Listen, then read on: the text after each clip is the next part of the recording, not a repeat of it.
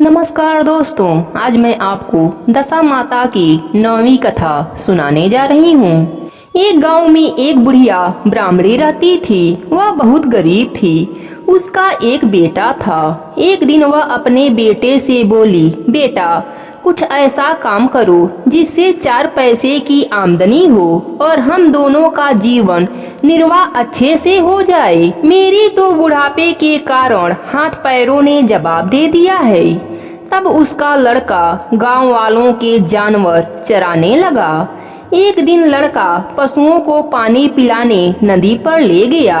वहां पर महिलाएं स्नान करके दशा माता का डोरा ले रही थीं। उनके पास एक डोरा बच गया था। उनमें से एक स्त्री ने कहा कि इस लड़के से पूछो यह किसका है। तब एक स्त्री लड़के के पास जाकर पूछने लगी, तुम्हारे घर में कौन है।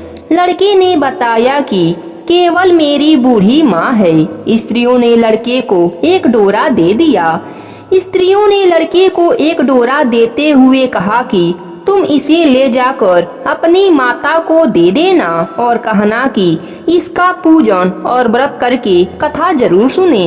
हम तुम्हें सीधा और पूजा का सामग्री भी दे देते हैं, इसे भी अपनी माता को दे देना। लड़के ने उससे डोरा ले लिया। फिर सब स्त्रियों ने उसे सीधा भी दे दिया। लड़का सारा सामान लेकर घर आया। उसने दरवाजे पर से अपने माँ को पुकारा और कहा, गठरी को उतार लो, मैं बोझ से दबा जा रहा हूँ। उसकी माँ बहुत प्रसन्न हुई। माँ ने बेटे से पूछा, यह सब कहाँ से लाए हो। लड़के ने माँ को सब समाचार सुनाकर दशा माता का डोरा भी दे दिया। बुढ़िया ने डोरे को माथे पर लगाया और उसी दिन से व्रत करने लगी। 9 दिनों तक कथा कहानी कहती रही। 10वें दिन उसने डोरे की पूजा की तैयारी शुरू कर दी। वह अपने घर को गोबर से लीप रही थी कि उसी समय बहुत ही गरीब बुढ़िया आकर बोली, क्या कर रही हो बहन। उसने जवाब दिया कि आज मेरे घर पर दशा माता का पूजन है, इसलिए आंगन को गोबर से लीप रही हूँ। उस बुढ़िया रूपी दशा माता ने कहा कि मुझे बहुत प्यास लगी है, थोड़ा सा पानी पिला दो। इस पर लड़के की माता बोली, मैं तो इस मिट्टी के बर्तन से पानी पीती हूँ, मेरे वहाँ लोटा बर्तन कुछ भी नहीं है, तुमको पानी किसमें भर कर दूँ। एक कटोरी मेरे घर में है, पता नहीं वह घर में कहाँ पड़ा होगा। जरा तुम ठहरो, मैं कटोरी खोज कर लाऊं ताकि मैं तुमको पानी पिला सकूं। बुढ़िया हाथ धोकर घर के अंदर कटोरी खोजने गई। इसी बीच दशा माता, जिन्होंने बुढ़िया का रूप धारण करके रखा था, उसने मिट्टी के मटके को सोने का घड़ा बना दिया और अंतर ध्यान हो गई। बुढ़िया कटोरी लेकर मटके के पास गई। वहाँ सोने का घड़ा देखकर घबरा गई। वह मन में सोचने लगी कि मुझ पर बुढ़ापे में चोरी का कलंक लग जाएगा, मैं चोर कहलाऊंगी। वह इस चिंता में दशा माता रूपी बुढ़िया को खोजने निकल गई। तब तक उसका लड़का भी घर आ गया था। उसने माँ से पूछा कि तुम किसे खोजने जा रही हो। बुढ़िया ने बताया कि अभी एक गरीब बुढ़िया आई थी और यहाँ सोने का घड़ा रखकर न जाने कहाँ चली गई। लड़की ने बताया कि वही तो दशा माता थीं, उन्होंने तुमको यह घड़ा दिया है।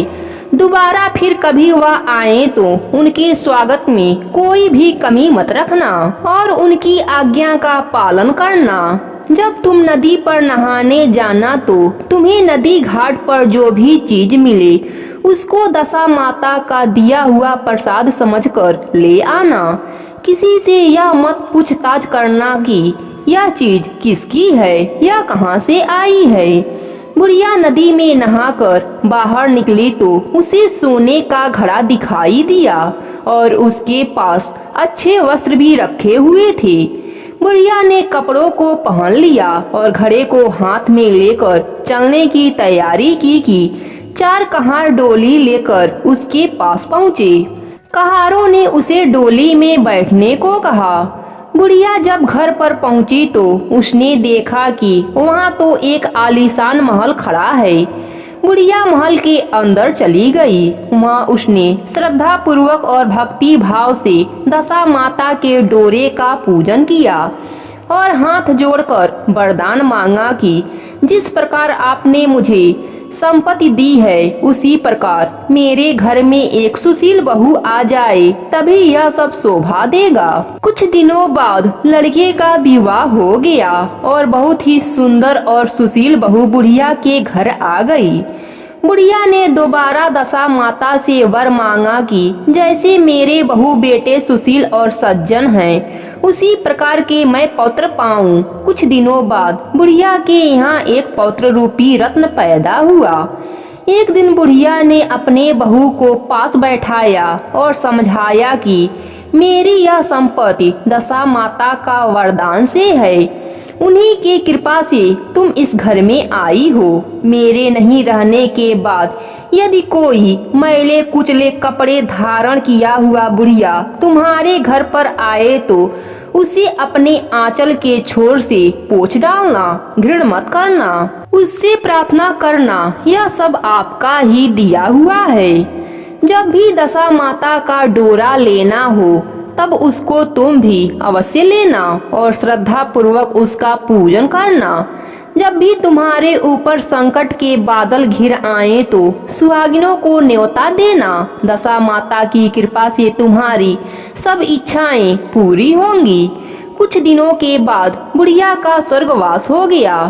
दशा माता ने सोचा कि बुढ़िया के घर चलकर देखना चाहिए कि उसकी बहू सास के वचनों का पालन करती है या नहीं। एक दिन दशा माता ने वृद्धा भिखारन का भेष बनाकर उसके घर आई। उसे देखते ही बहू खड़ी हो गई, उनके पांव छुई और बालक को उनकी गोद में डाल दिया, उनको श्रद्धा पूर्वक बैठाया।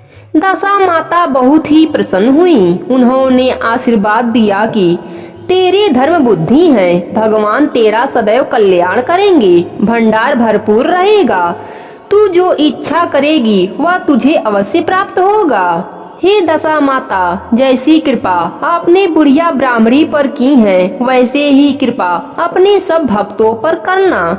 जय हो दशा माता की।